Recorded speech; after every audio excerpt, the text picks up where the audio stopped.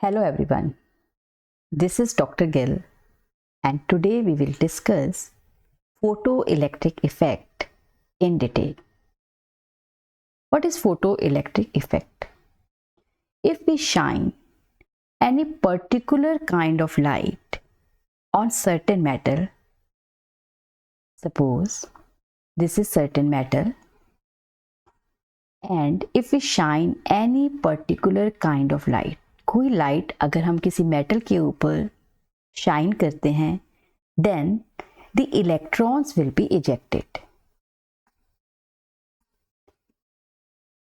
Because light is also called photon, that's why these electrons are called photoelectrons.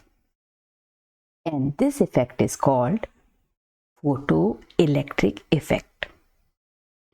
This is one of the key experiments that actually helped us to discover a complete new model of light.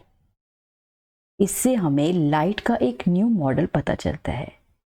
अभी तक we can easily observe कि यहाँ पे हम light को fall कर रहे हैं and light is behaving as a wave.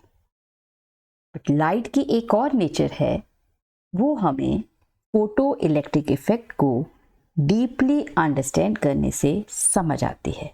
How? Let's see.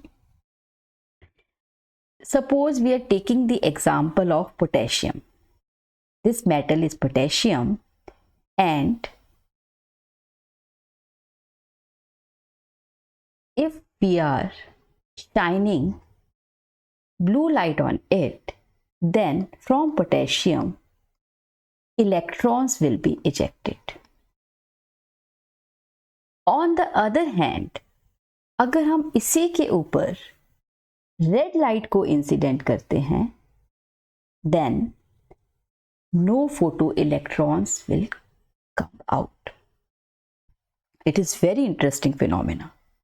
This is really puzzled physicist. Let's discuss about it. Actually, what is happening here? We know, suppose I am taking the case of potassium. It means if suppose this is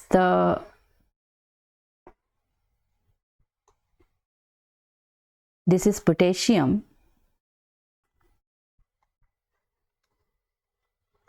and these are the atoms of potassium. Atoms में क्या है? यहाँ पे बीच में there is the nucleus and outside of the nucleus क्या होते हैं? यहाँ पे electrons होते हैं. Now, if we are shining blue light on it, then what will happen? जो electrons हैं न्यूक्लियस के और ये पोटेशियम एटम के, they will get energy from this light. इस एनर्जी को ये क्या करेंगे? एब्सॉर्ब करेंगे and then electron will come out.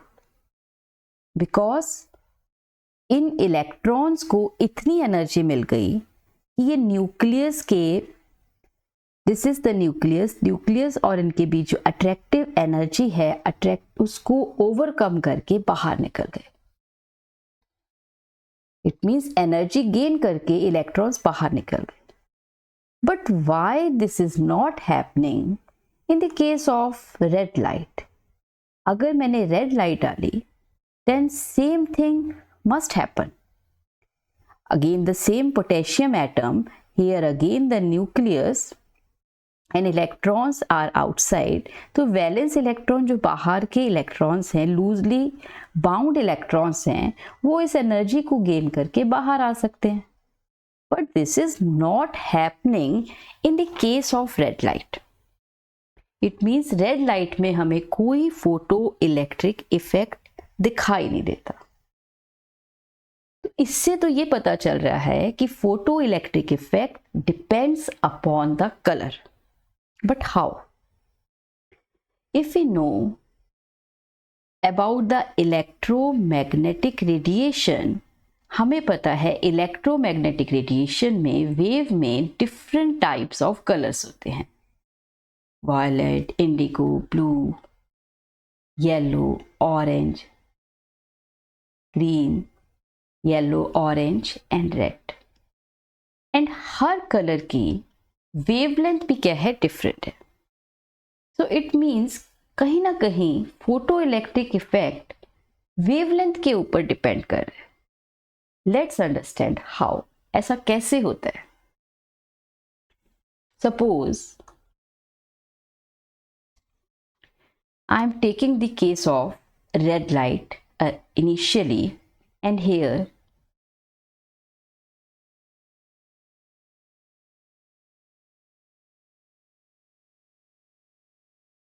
it is a potassium,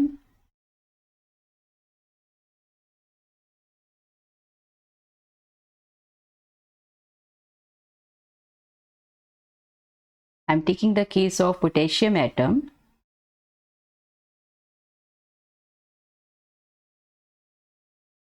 These are the atoms of potassium, and in the atom we know what is there. Here it is the nucleus and electrons are around it.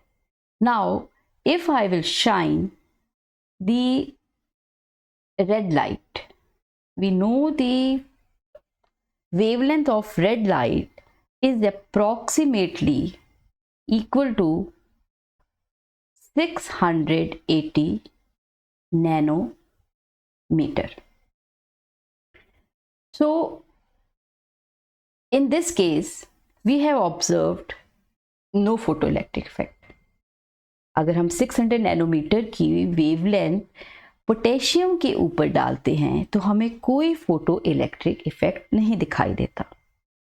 Suppose हम इस wavelength को थोड़ा सा कम करते हैं, चाहे हम कितनी भी ब्राइट लाइट इसके ऊपर डालें, लेकिन हमें कोई भी फोटो इलेक्ट्रिक इफेक्ट इसमें नहीं दिखाई देता.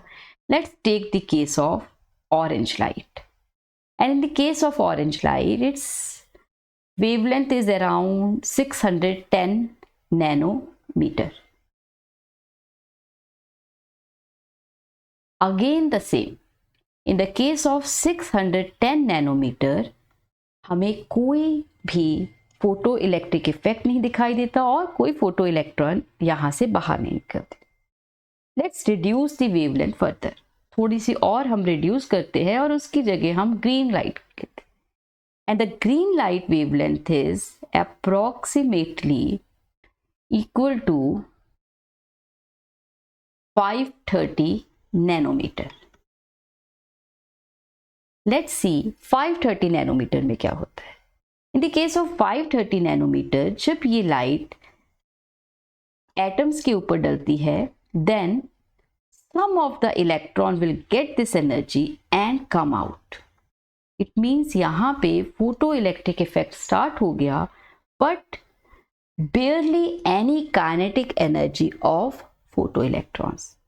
फोटो इलेक्ट्रॉन्स के पास बहुत कम, बेयरली एनी काइनेटिक एनर्जी होती है, लेकिन फिर भी when we fall green light तो इलेक्ट्रॉन्स इस न्यूक्लियस की अट्रैक्टिव एनर्जी को ओवरकम करके बाहर आ जाते हैं. Suppose we further reduce this lambda. Now we will take blue light, and the wavelength of blue light is approximately somewhere between 480 nanometer. Now अगर ये इसके ऊपर पड़ती है approximately 480 nanometer, then the electron started coming out with more kinetic energy than the green light. Again I am reducing and take the case of violet light. Violet light के case में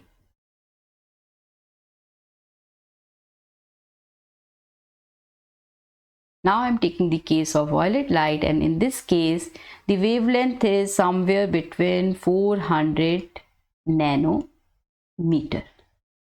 And in this case, electrons are coming out with more kinetic energy compared to the kinetic energy, which is kinetic energy of photoelectron, which are coming after we incident the blue light on it. जब हम blue light fall करते हैं तो electrons बाहर निकलते हैं with some kinetic energy, लेकिन इनकी काइनेटिक एनर्जी पर्पल की काइनेटिक एनर्जी से कम होती है।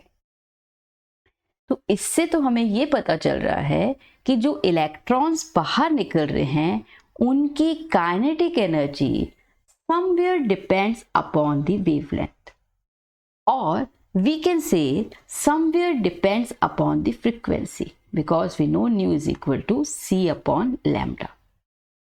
If the lambda is more or the frequency is less, उस केस में कोई फोटो इलेक्ट्रॉन बाहर नहीं निकल रहा। लेकिन जैसे जैसे हम लैम्डा की वैल्यू कम करते जा रहे हैं, न्यू की वैल्यू, फ्रीक्वेंसी की वैल्यू बढ़ती जा रही है, उस केस में हमारे पास फोटो इलेक्ट्रॉन्स बाहर निकल रहे हैं, और depending upon this frequency of the incident light, जो इंसिडेंट लाइट की फ्रीक्वेंसी है, उसी के ऊपर kinetic energy of photo electrons depend कर रही है। बट हाउ, ऐसा क्यों हो रहा है? अगर हम इसी में लाइट की इंटेंसिटी बढ़ाते जाएं, सपोज मैं रेड लाइट लेती हूं और रेड लाइट की इंटेंसिटी इंक्रीज करती हूँ। इंटेंसिटी इंक्रीज करना मतलब now the wave would be like this. Peak इसका जो है वो इंक्रीज हो जाएगा। पीक इंक्रीज मतलब मोर लाइट जो है वो इसके ऊपर फॉल कर रही है। अगर ज़्यादा लाइट फॉल करती है तो उससे क्या होगा? फिर तो हमारे ज़्यादा इलेक्ट्रॉन्स बाहर निकलने चाहिए। But it has been observed कि अगर हम इंटेंसिटी बढ़ा दें, इतनी इंटेंसिटी बढ़ा दें कि वो ब्लाइंडली ब्राइट लाइट भी हो जाए, उस केस में भी रेड लाइट को जब हम पोटेशियम के ऊपर फॉल करते हैं और हम येलो लाइट की इंटेंसिटी इंक्रीज करके भी हम पोटेशियम के ऊपर इंसिडेंट करते हैं, उस केस पे भी हमें कोई फोटो इलेक्ट्रॉन्स नहीं निकलते। एंड अगर हम ग्रीन लाइट का केस लें, ग्रीन लाइट के केस में अगर हम इसकी भी इंटेंसिटी इंक्रीज करें, then the number of photoelectrons will increase, but energy उनकी वही barely any kinetic energy. And if we will take the case of blue light and we increase its intensity, then we will observe that the more electrons will come out now. बहुत सारे electrons यहाँ से निकलेंगे because intensity बढ़ गई, लेकिन सभी electrons की काइनेटिक एनर्जी सेम होगी जो इनिशियल काइनेटिक एनर्जी थी जब हमने डिम लाइट इसके ऊपर फॉल की थी। And the same case will be here. तो यहाँ से तो हमें इस तरह से दिखाई दे रहा है कि intensity of the photons depends upon the, or intensity of the photons increases the number of electrons, but not the kinetic energy of electrons. While frequency, अगर frequency बढ़ती जा रही है, इस केस में पर्पल की frequency ज़्यादा थी because wavelength is less, तो इस केस में हमारे पास मोर काइनेटिक एनर्जी के इलेक्ट्रॉन्स निकले थे। इट मीन्स अगर न्यू इंक्रीज हो रहा है तो kinetic energy of electrons is also increasing. But this phenomena could not be explain with the help of wave model of light. अगर हम वेव मॉडल को लेते हैं तो हम इसको एक्सप्लेन नहीं कर सकते कि वाई अगर हम इंटेंसिटी इंक्रीज कर रहे हैं तब भी कोई फोटो इलेक्ट्रॉन बाहर नहीं निकल रहा, वाइल अगर हम फ्रीक्वेंसी को इंक्रीज कर रहे हैं और वेवलेंथ को कम कर रहे हैं, उस केस में हमारे पास इलेक्ट्रॉन्स बाहर आ रहे हैं और उनकी काइनेटिक एनर्जी भी इंक्रीज हो रही है। इसे आप इस अकॉर्डिंगली समझ सकते हैं कि सपोज ऑन सम ट्री, एक ट्री के ऊपर कोई बहुत बिग सा बॉल स्ट्रक कर गया और हम चाहते हैं कि ये बॉल जो है वो नीचे आ जाए। इसको नीचे लाने के लिए हम एक छोटा सा पत्थर इसके ऊपर डालते हैं। लेकिन उसके बाद भी ये जो बॉल है वो नीचे नहीं आता.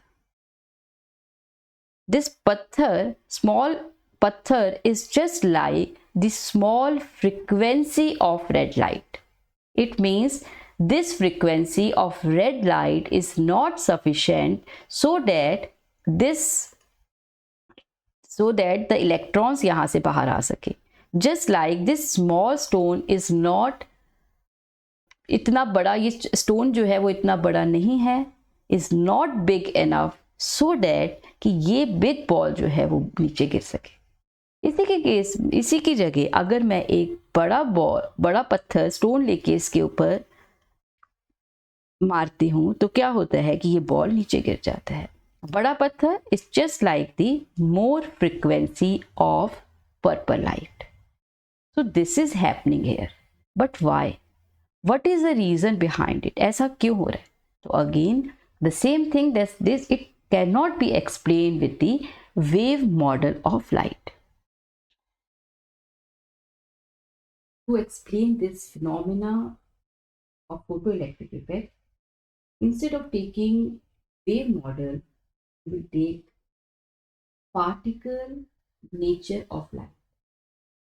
According to that, अगर कोई लाइट किसी मेटल के ऊपर इंसिडेंट कर रही है, then it would be in the form of wave packet. Earlier हमने कहा कि लाइट इंसिडेंट कर रही है, but in the case of red light no photoelectrons are coming. Now अब उसी को समझने के लिए आइंस्टाइन ने प्लैंक का आइडिया लिया. अकॉर्डिंग टू प्लैंक, जो energy of electromagnetic radiation is in the form of wave packet and it's minimum energy is h nu. And इस फॉर्मूले से हमें पता चलता है कि energy of incident radiation which is in the form of wave packet depends upon the frequency of the light. इसीलिए red light की फ्रीक्वेंसी कम होने के कारण जब वो पोटेशियम के ऊपर इंसिडेंट कराई जाती है, then no photoelectrons will come out, because इस वेव पैकेट के पास इतनी एनर्जी है ही नहीं. When we take the case of red light, its wavelength is approximately equal to 610 nanometre. Wavelength ज़्यादा है, फ्रीक्वेंसी कम है, इसके कारण इस वेव पैकेट के पास इतनी एनर्जी नहीं है जो पोटेशियम के एटम्स को दे सके, जिससे उसके जो फ्रीली मूविंग इलेक्ट्रॉन्स हैं वो इस अट्रैक्टिव एनर्जी ऑफ न्यूक्लियस को ओवरकम करके बाहर आ सके. According to this model, particle nature of light, light is moving in the form of wave packet, and when this wave packet is incident, suppose it is the case of red light, and if we will calculate the energy of red light according to this formula, E is equal to h nu and h c upon lambda, where lambda is equal to approximately 610 nanometer, h is equal to Planck constant 6.6 into 10 power minus 34, and using c is equal to 3 into 10 power 8. अगर हम energy निकालें तो red light की energy approximately निकल के आती है 1.89 electron volt. It means single wave packet की एनर्जी, एक वेव पैकेट की मिनिमम एनर्जी कितनी है 1.89 इलेक्ट्रॉन वोल्ट, और यही एनर्जी हर वेव पैकेट. तो जब ये वेव पैकेट इसके ऊपर पोटेशियम के ऊपर फॉल करता है तो उसके इलेक्ट्रॉन्स के लिए ये एनर्जी काफ़ी कम होती है. Suppose one electron will absorb this energy और वो बाहर निकलने की कोशिश करे, but this energy is not enough कि ये न्यूक्लियस की अट्रैक्टिव एनर्जी को ओवरकम करके बाहर आ जाए. तो वेव पैकेट को अगर हम पार्टिकल नेचर ऑफ लाइट लेते हैं, then we can easily explain this phenomena कि why red light is not able to eject electrons from the potassium surface. Now, if I will take the case of purple light, the energy of purple light comes out to be 3.10 electron volt. It means एक photon एक wave packet की minimum energy कितनी है? Minimum energy नहीं, this is the energy. 3.10 electron volt is the energy of the wave packet. Wave packet की energy कितनी है? 3.10 electron volt, which is sufficient for the purple light to eject the electrons out of the this potassium, and this energy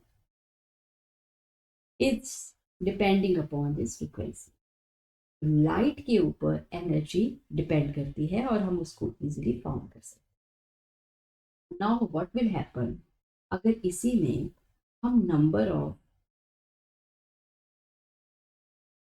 photons को increase करते. Suppose I am taking the case of red light, और red light को again incident कराया जाए जैसे हमने पहले incident कराया था. Suppose I am increasing the number of photon in the case of red light, then क्या ये इलेक्ट्रॉन्स को, अगर फोटॉन्स बहुत ज़्यादा कर दिए जाए तो क्या इस केस में पोटेशियम में से इलेक्ट्रॉन्स निकलेंगे? Again the same thing. इन फोटॉन्स की एनर्जी जो है, मिनिमम एनर्जी है 1.9 इलेक्ट्रॉन वोल्ट, और I can say this is the maximum energy. 1.89 electron volt energy एक फोटॉन की है. Second photon, third, 3 photon, 4 photon, हर एक की एनर्जी कितनी है? 1.89 इलेक्ट्रॉन वोल्ट. एंड ये एनर्जी इतनी सफिशिएंट नहीं है कि वो इसके न्यूक्लियस के अट्रैक्टिव फोर्स को ओवरकम करके इलेक्ट्रॉन बाहर आ सके.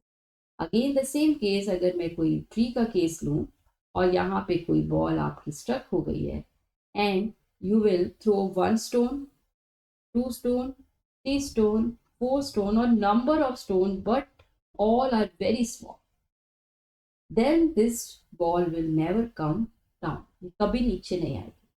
लेकिन इसकी जगह इट मीन्स जितने भी ये फोटॉन्स हैं, इन सभी की एनर्जी कितनी है? 1.9 इलेक्ट्रॉन वोल्ट है. एक फोटॉन अगर एक इलेक्ट्रॉन उसको अब्जॉर्ब करता है या 2 फोटॉन को भी अब्जॉर्ब कर लेता है, तब भी वो बाहर नहीं निकल सकता. अगर इसकी जगह मैं एक बड़ा स्टोन फेंकूंगी, देन ये पत्थर आके नीचे गिर जाएगा. Same is the case if you will take purple light. Purple light में अगर मैं इसके फोटॉन्स जो हैं, I am making it big because it has more energy. If you will take the case of lambda 400 nanometer and calculating the value of energy, it comes out to be 3.10 electron volt.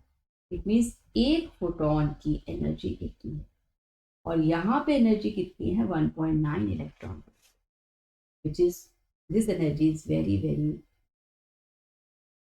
more than the energy of 1.9 electron. अगर मैं green light का case लूँ, तो green light के case में energy of the photons of green light is 2.34 electron.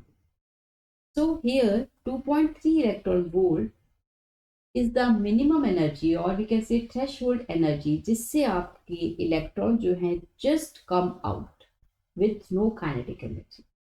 और जो lambda है इस केस में, that is called threshold wavelength, and the frequency of the green light for the potassium is called threshold frequency. So if we increase here, if we increase the purple light, और I can say अगर मैं purple light के photons को increase करूं, कैसे increase हो सकते हैं? अगर मैं इंटेंसिटी इंक्रीज कर दूं पर्पल लाइट की, then more number of photons will be here. तो क्या उससे जो इलेक्ट्रॉन्स निकल रहे हैं उनकी काइनेटिक एनर्जी इंक्रीज होगी? No, think about it. Kinetic energy increase नहीं होगी but number of electrons increase हो जाएंगे। बिकॉज सपोज एक फोटोन को एब्जॉर्ब करके एक इलेक्ट्रॉन बाहर आता है, दो को करके दो आते हैं, now the number is increasing, number of photons are increasing, it means more number of electron will absorb these photons, इसलिए more number of photon electrons will come out।